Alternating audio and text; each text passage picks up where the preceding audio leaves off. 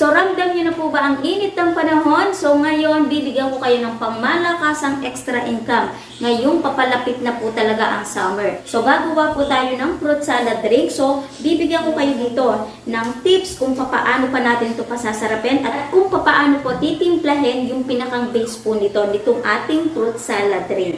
So, napaka-creamy po nito. Bibigyan ko kayo dito ng idea kung paano natin siya nenegosyohin na tulad po nito. So, ito kanina pa ha, hindi pa rin natutunaw yung ating pong yelo. Pag negosyo, hindi po mawawala yung ating coffee. So, kung paano po ito gagawin, tara, umpisahan na po natin. Okay, so yung gagamitin po natin sa ating fruit salad drink, syempre dapat ay fresh fruit, mas maganda, mas masarap. Yung isa sa pinakang tips ko sa inyo, halimbawa kung mahal po ang prutas sa inyo, tulad po dito sa lugar po namin, so meron po tayong mabibili na mga ripak-ripak na tulad po nito. Basta kikilatisin lamang po nating mabuti kung okay pa ba siya. So ito sa SM Supermarket ko po nabili at talagang okay na okay pa siya kasi meron pa po yung kasama na mga ready to eat talaga siya. Okay, so kahit anong prutas pwede po nating ihalo dito. Pero yung pinakang tips ko sa inyo dito, wag po kayong magpapawala ng melon. Kasi iba po talaga ang lasa kapag meron pong lemon. Mas masarap, mas mabango, mas malinamnam, mas refreshing po yung ating fruit salad drink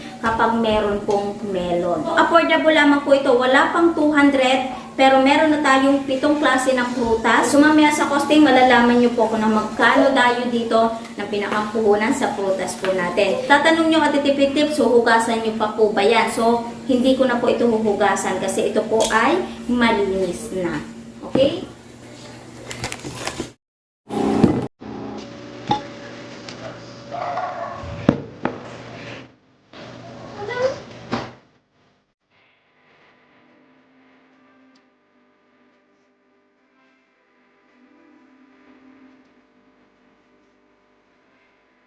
Ang ating grapes, huhugasan ko lamang po ito sa ulo. Dahil okay na tayo dito sa ating mga prutas, nagayat na po natin lahat. So, gagawa na po tayo ng pinakang base ng ating pong fruit salad drink. So, gagamit tayo dito ng 2 evap. So, kahit anong brand pwede natin gamitin. So, ang ginamit ko po ay Angel Evaporada. Balut. Halatang gabi na ako nagbibideo, no? Pakanig nyo ba yun? Balut.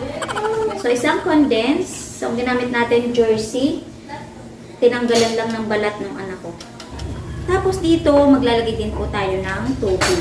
So, sabayan na lamang po natin ang mix. Para yung ating condense is matunaw na. Mas marami yung kakalabasan po nito kung maglalagay po tayo ng water. So, syempre, kailangan mineral yung gagamitin po natin. And then, maglalagay po ako dito ng 1/2 cup ng all-purpose cream. Pero ito po ay optional ha. Kasi, kung hindi tayo maglalagay nito, is milky na din yung pagkalasa. So, ako ang gusto ko pa is yung mas creamy pa. So, meron pang isasarap. Yung last ingredients natin, maglalagay po tayo ng white sugar, pero ito naman po ay optional po lamang. Pwede natin tikman at kapag okay na sa atin yung tamis, so pwede hindi na po tayo mag-add. Nahalo na natin ang mabuti. Ngayon, kuhanin na po natin yung packaging na gagamitin po natin. So, ganito yung style niya. Straight siya and then merong pabukas sa dulo. Lalagay po ako ng link kung saan po ako nag-order nito. So, nakadepende pa rin po yung dami na ilalagay po natin at laki po ng baso. So, gumamit na din po ako ng timbangan para may idea ko kung ilang grams ng prutas yung mailalagay po natin. Maglalagay tayo dito ng 3 pieces. Ubas, honeydew, papaya, maglagay ako ng 3 pieces. So, kung ano yung mas affordable, yung presyo, so doon po natin bawian ng prutas. Yung ating apple, dahil ito na ay mas affordable din, so maglalagay ako dyan ng 5 pieces. At yung ating pong orange, dahil medyo pricey ito, maglagay lang tayo ng 1 gayat. So, yung pinakang base na po ng ating fruit salad drink. Okay, so makakapaglagay po tayo ng 1 cup dito po sa ating 16 ounce. So, yung meron takip ako dito ay yung strawless lid na tinatawag. Pero dito pwedeng flat lid lamang po yung gamitin po natin. Mas better na ang kasama po nito ay spoon. So, ganun lamang po yung gagawain po natin.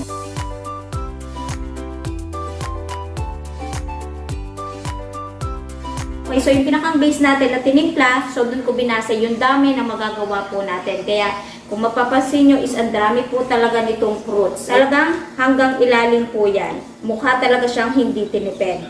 Kung halimbawa, ititinda po natin to na pang street food o kaya naman sa mga kantin natin, sa mga sari-sari store natin, o kaya kung meron tayong mga cater, pwede po natin itong gawin. So, bibigyan ko kayo ng idea kung paano mas maganda po nating ma-display itong ating fruit salad drink. Napapansin nyo, dito sa ating tray, para meron lamang po kayong idea kung nenegosyohin po natin. So, pwedeng ganito yung gawain po natin. Kung meron tayong mga batya, stainless, o kaya cooler, so pwedeng punuin po natin yan ng yelo. Ito po yung pino. And then, alam nyo ba na kanina pa to? So, medyo natagalan na tayo kasi nag-picture-picture pa po tayo. So, para mas tumagal yung yelo or yung lamig ng ating pong yelo, lagyan po natin ng rock salt or yung sea salt para mas matagal matunaw. Okay, katulad po nito, talagang as in kanina pa to, pero eto pa rin siya. Talagang yelong-yelo pa rin nakalagay dito. Kung nenegosyohin po natin ito, so ito na yung pinaka-the best idea na mas magandang i-display po natin. Pag mainit ang panahon, di ba, init na init, tapos nakapatong sa yelo. Nako, ewan ko na lang kung hindi po sila mapabili. Talagang punong-puno, makikita talaga natin yung ating fruits. Oh. Kapag gagawa natin, pwedeng ilagay na po natin sa ating ref. And then kapag malamig na, pwede na natin niyang i-display. Wow, sarap.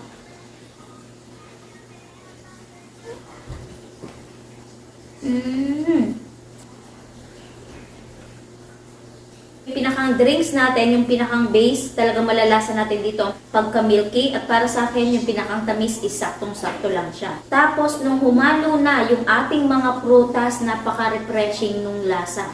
Lahat ng prutas na inilagay natin dito, masarap ng lasa. Lalo na kung malamig po ito, lalong mas masarap. So ngayon, ang magiging tanong, tipid tips, magkano po kaya ang posible pong bentahan po niyan at magkano po yung posible pong puhunan. So ngayon, mag-costing na po tayo.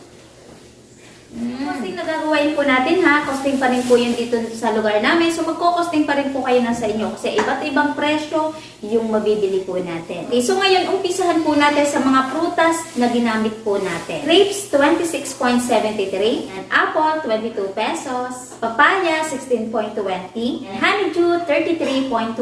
Ito lang po yung pinakamataas yung presyo. Orange, 16.50. Okay, melon, 21.42. At yung isa ay 22.61. So, pinaghiwalay ko lang siya. Ang total po ng ating prutas ay 158.58. Ngayon, i-plus naman natin yung pinakang base ng ating pong fruit salad drink. Isahan po natin sa dalawang ibap, 70 pesos. Sa isang lata ng condensed, 37 pesos. Yung asukal na inilagay po natin, 100 grams, 8 pesos. At sa tubig, sabihin na lang po natin na piso kasi konti lang naman po yung ginamit po natin. Hati po ng all-purpose cream, 36 pesos. Yan, kaya ang total po ay 310.58.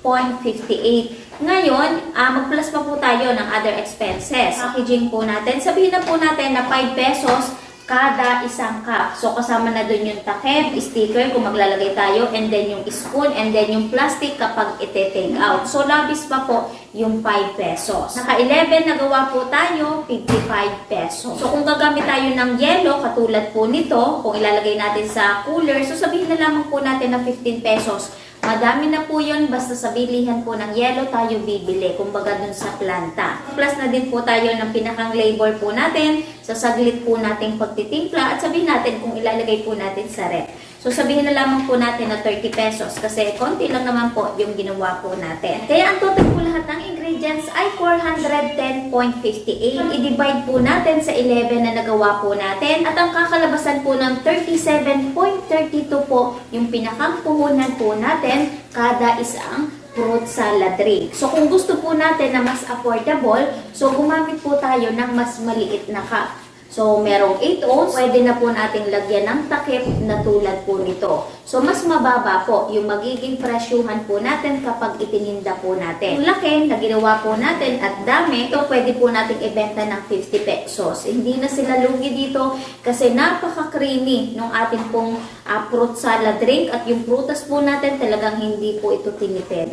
At kapag minus po natin yung pinakang puhunan, so posible po tayong tumubo ng 12.68 po kada isang baso. Kapag itinimes po natin yun sa 11 na nagawa po natin, posible po tayong tumubo ng 139.48 dito sa ginawa po natin. Hindi na siya masama mga katipid tips kasi ang dali lamang po nitong gawin. So ito pwede natin ipa-order sa online o kaya pwede din pre-order. So depende sa diskarte po natin kung paano natin siya ititinda, kung paano natin siya mas mapapalakas. Okay, so ako ginagawa ko, posting lamang po sa group dito po sa subdivision sa lugar po namin. So, nabebenta naman siya. So, sana bago po ulit nagtapos yung video po natin, meron po ulit akong naibigay na magandang negosyo idea po sa inyo ngayong summer. So, kita-kits na lamang po ulit sa mga next video. Bye-bye!